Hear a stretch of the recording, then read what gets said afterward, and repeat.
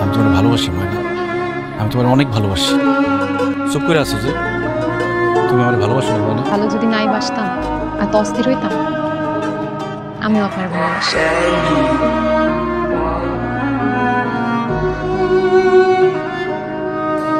দুইজন দুইজনকে পছন্দ করে, এখানে আমার তো আপত্তি করার কিছু নাই। আমি দেখি না আপত্তি করবো।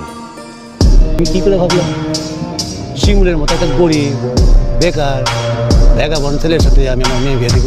দেখো শিমুল আর ময়না দুইজন দুইজনকে যেভাবে ভালোবাসে, জোর করে তাদেরকে আলাদা করা যাইত না। তাই আমি ছলে বলে কৌশলে শিমুলরা আমি বিদেশ পাঠাই দিতেছি।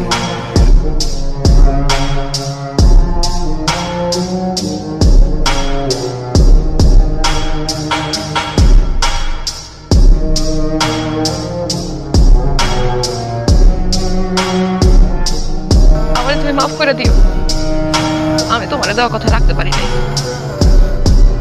তুমি